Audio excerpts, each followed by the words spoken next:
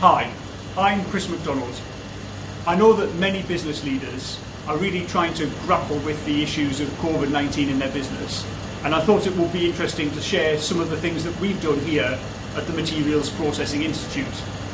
We carry out research and innovation primarily for the steel and the metal sector, commercialising new technologies, and most of our staff are now working from home.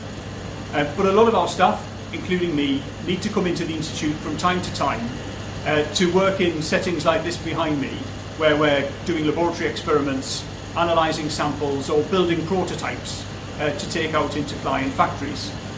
And we found that there are a number of measures we've been able to put in place to keep people safe in these environments, and the key to managing that has been working with colleagues.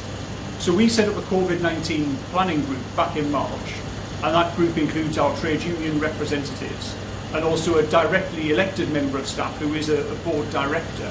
And we work together to put control measures in place. And as a result of that, we've managed to continue operating the business almost completely throughout the COVID crisis.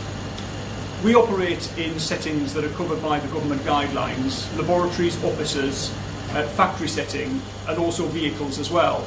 And this means that we've been managing across multiple guidelines, looking at 4 out of a potential 8 settings.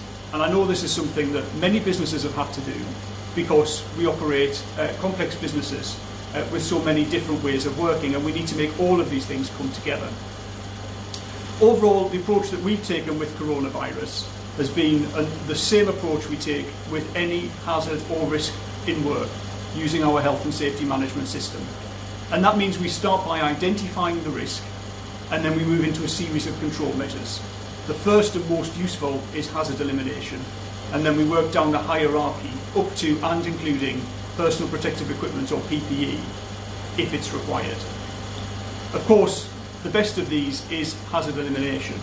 And some of the things that we've done have really been quite simple, like installing magnetic holders on doors to keep the doors open and reduce the number of touch points.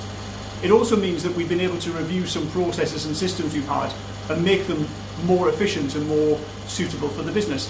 One of these has been the way that we receive visitors, where we had a lot of passing of bits and paper and pens and so on, and by eliminating the touch points there, we've also created a more efficient and more useful experience for visitors who are coming to the Institute. Now, when we put all of these measures in place, what we're left with is a residual risk. And we do an assessment on that residual risk. And if that residual risk is tolerable, then we can do the work. But if it's not tolerable, then it's quite simple. We simply won't work in that situation. You can see behind me some of the practical examples we've taken in our laboratories. So this laboratory's been divided using floor markings into separate bays, so colleagues can work together and also be sure that they're keeping themselves and each other safe when they're doing that. And actually that's really important as well, this element of trust between the Institute and the colleagues and one another. And that's been critical to the positive environment we've had here of engaging people in this. Now, working with these measures has managed to, for us, keep our business running, to keep our colleagues safe. And it's important that we realise both of those objectives, because the COVID-19 situation is going to be here for quite some time. We're treating this as if it's the new normal, the new way that we've got to run our business. And for the security of everyone here and for their jobs, we want to be sure that we can continue this for a long time.